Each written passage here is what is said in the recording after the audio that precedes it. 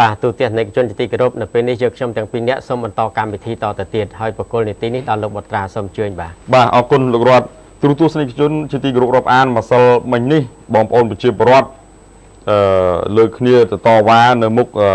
ភូមិដូនទាវឃុំពីមឯកស្រុកឯកភ្នំខេត្តបាត់ដំបងពួកគាត់បាននិយាយថាពួកគាត់បានលើកគ្នាមកសាលាឃុំពីមឯកនៅពេលនេះគឺប្តឹងលោកមេក្រុមទី14ក្នុងភូមិដូនទាវ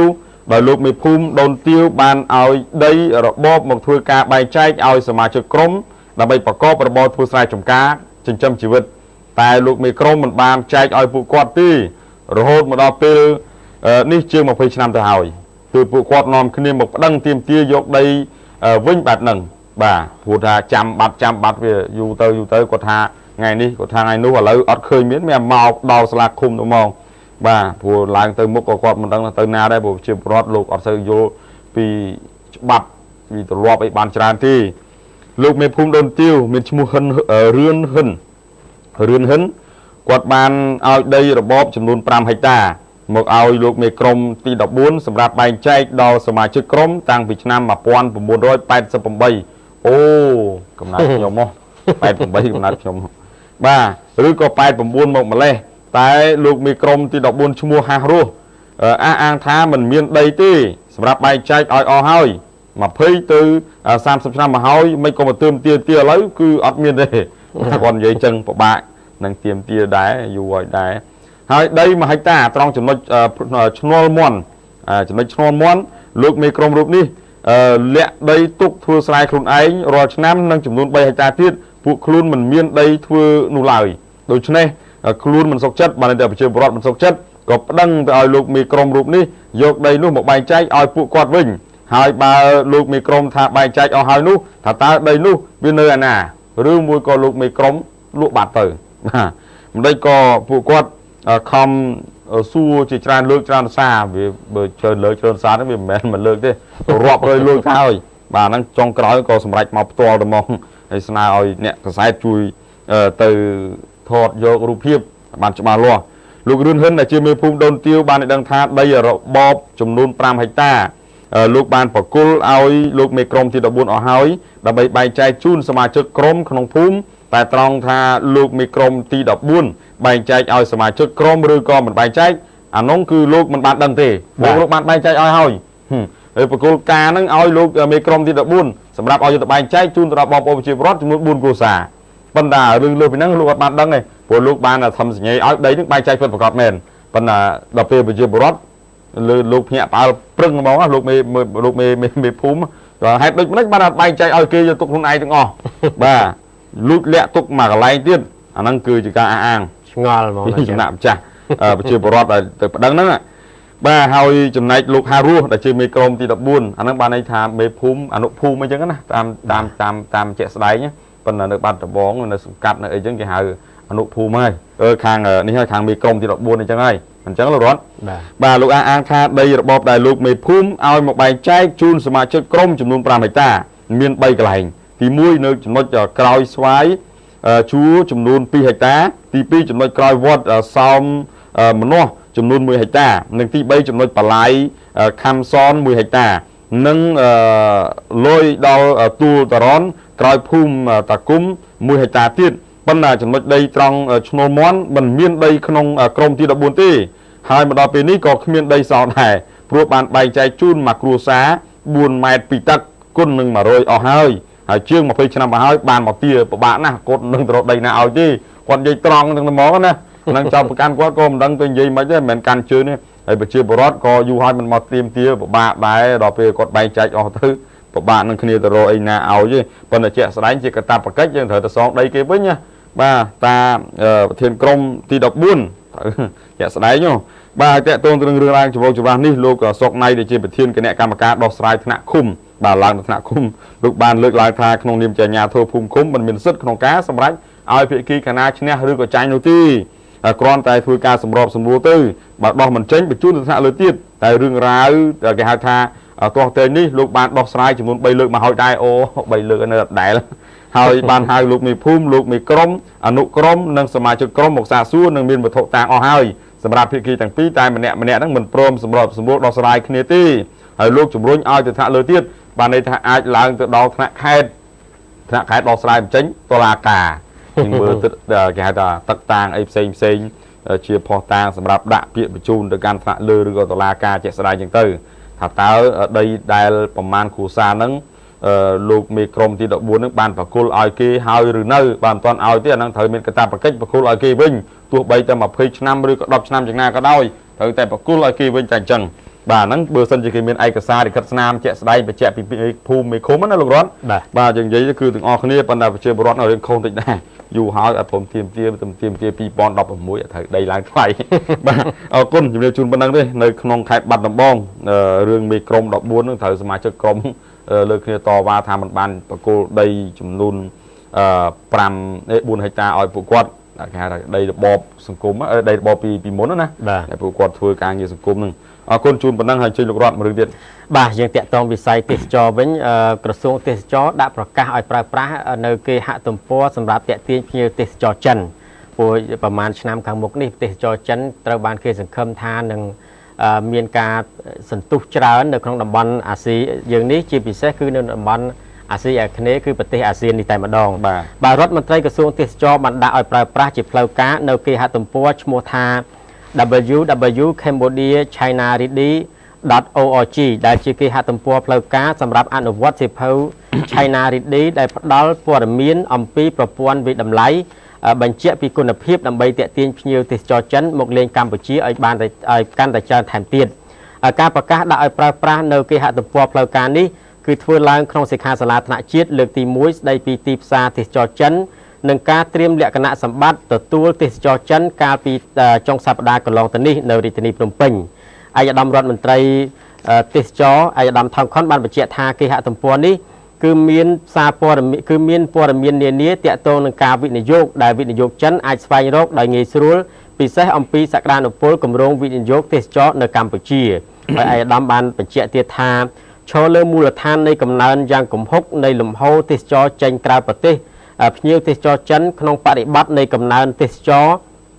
ជារួមរបស់តំបន់អាស៊ីប៉ាស៊ីហ្វិកនិងសកលលោកបានធ្វើឲ្យប្រទេសនានាលើពិភពលោកត្រៀមខ្លួនក្នុងការតាក់ទាញក៏ដូចជាទទួលស្វាគមន៍ទេសចរចិនបាទអញ្ចឹងមានន័យថាបើភ្ញៀវចិនចេញទៅជាច្រើនប្រទេសហើយកម្ពុជាយើងមិនព្រមស្វាគមន៍ដែរមានន័យថាត្រៀមខ្លួននោះទេសចរអាចហៀទៅប្រទេសដទៃព្រោះឲ្យយើងខាតបង់បាទហើយជាមួយគ្នានេះដែរឯកឧត្តមរដ្ឋមន្ត្រីក្រសួងទេសចរក៏បានស្នើដល់ភាគីពាក់ព័ន្ធភ្ញៀវទេសចរចូលរួមគាំទ្រលើចលនាប្រឡងប៉ណ្ណឹងបដិសណ្ឋារកិច្ចល្អតាមច្រកទ្វារអន្តរជាតិ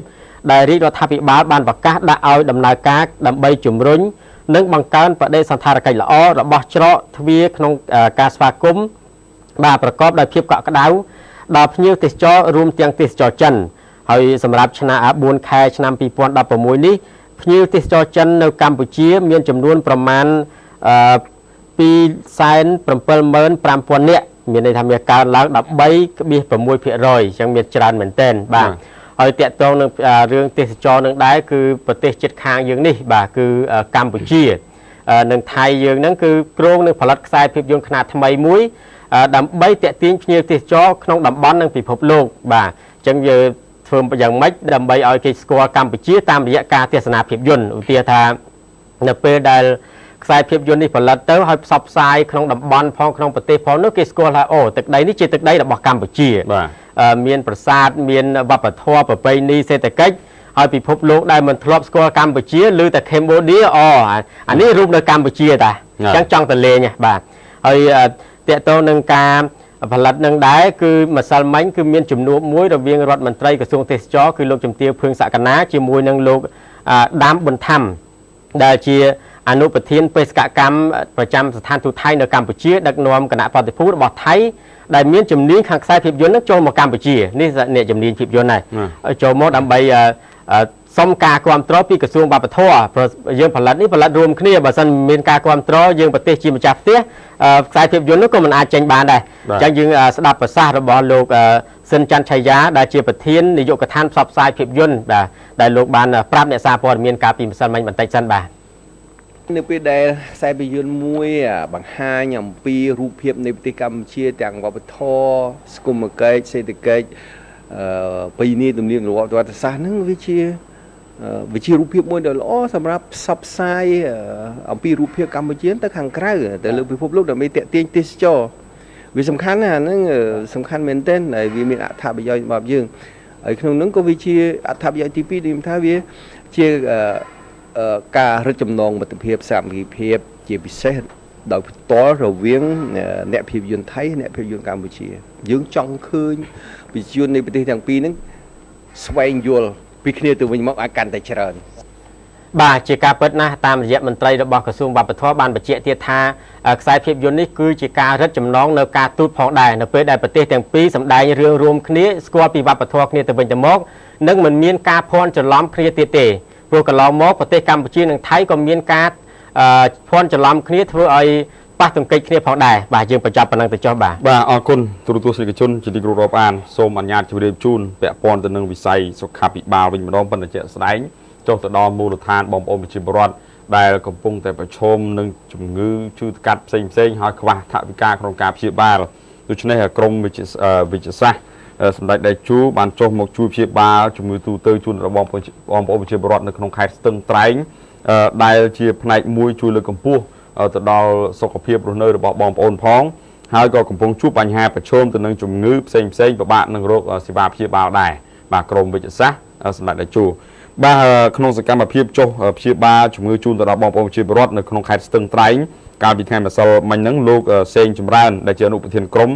វិទ្យាសាស្ត្រសម្ដេចដេជោបានលើកឡើងថាក្រមវិទ្យាសាស្ត្រនឹងព្យាបាលជំងឺទូទៅជូនប្រជាពលរដ្ឋដោយគេហៅថាឥតយកប្រាក់នៅក្នុងខេត្តស្ទឹងត្រែងបាទរយៈពេលពេញមួយថ្ងៃប្រកបដោយជំនាញត្រឹមត្រូវវិជ្ជាជីវៈដូចជាការពិនិត្យការផ្ដល់ថ្នាំសេវាថ្នាំសង្កូវព្យាបាលជំងឺការពិនិត្យរោគស្ត្រីនិងការពិនិត្យជូននៅគេហៅថាផ្នែកវ៉ែនតាអញ្ចឹងវ៉ែនតាខាងផ្នែកអីចឹងភ្នែកចឹងមានបញ្ហាភ្នែកចឹងអាចដោះស្រាយបានសម្រាប់បងប្អូនប្រជាពលរដ្ឋហ្នឹងមួយរយៈហើយលោកបានលើកឡើងថាឆ្លងតាមការពិនិត្យជាក់ស្ដែងឃើញថាបងប្អូនប្រជាពលរដ្ឋដែលមានបញ្ហាផ្នែកសុខភាពច្រើននៅពេលដែលមានជំងឺគាត់មិនទាន់បានភ្ញាក់រលឹកទៅរកពេទ្យបានត្រឹមត្រូវច្រើនទេហើយទិញថ្នាំខ្វះវិជ្ជបញ្ជាក៏មានដែរគឺអាចប្រឈមទៅនឹងការប្រើប្រាស់គេហៅថាថ្នាំពេទ្យហ្នឹងវាខុសគោលដៅខុសបច្ចេកទេសហើយអញ្ចឹងគឺលោកពងសូវៀតដែលជាប្រធានមន្ទីរសុខាភិបាលខេត្តស្ទឹងត្រែងលោកបានទទួលស្គាល់ដែរថានៅក្នុងខេត្តស្ទឹងត្រែងទាំងមូលតែមកមានប្រជាពលរដ្ឋមួយចំនួនមិនទាន់បានទៅទទួលសេវាសុខាភិបាលឲ្យបានត្រឹមត្រូវឲ្យបានគ្រប់ជ្រុងជ្រោយនៅឡើយទេអញ្ចឹងភាគច្រើនពួកគាត់ហ្នឹងទៅរកសេវាឯកជនពេលមានជំងឺធ្ងន់ធ្ងរទើបមកមន្ទីរពេទ្យបង្អែកបាទបើទៅឯកជនមុនណាព្រោះធម្មតានេះពេលជាក់ស្ដែងតើថាខាងខាងសេវាមន្ទីរពេទ្យបង្អែកក៏ល្អឬក៏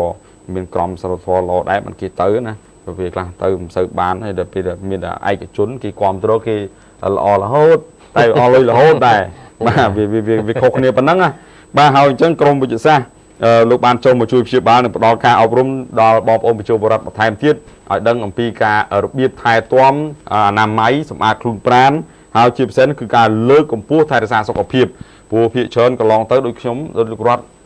ធ្លាប់ដាំទឹកក្តៅហូបអត់ដាំតាបាទដល់ពេលខ្លួនក្អកមករហូតប្រហែលខែជាប់គ្នាមិនមែនល្បែងទេលោកអ្នកគឺដាំដល់ទឹកក្តៅហូបទេបើយើងហូបដល់ទឹកកកចេញមកទូទឹកកកត្រជាក់រហូតអានឹងអត់ងាយជាទេឥឡូវចឹងក៏មានក៏យើងញ៉ាំទឹកក្តៅហ្នឹងហើយទឹកក្តៅរហូតចឹងទៅវាស្រួលសុខភាពយើងវាអត់មានគេហៅថាចេះឥទ្ធិពលជំងឺផ្សេងកើតឡើងទេបាទនៅមានរឿងរ៉ាវជាច្រើនទៀតប៉ុន្តែដល់ម៉ោងទៅមិនអាចទៅមុខបានទេមានមួយករណីនៅបាត់ដំបងជប់មិញដូចម្សិលមិញហ្នឹងតែលើងាកទៅហើយមានករណីស្ត្រីម្នាក់ដេកស្លាប់នៅក្នុងបន្ទប់ KTV ការ៉ាអូខេណាតែមិនដឹងមូលហេតុអីជាក់ស្ដែងព្រោះលោកប្រធានជំរាបជូនអត់ពឹស្ដារនៅវគ្គក្រោយឥឡូវសូមអនុញ្ញាតសម្រាប់បន្តិចសិនបាទ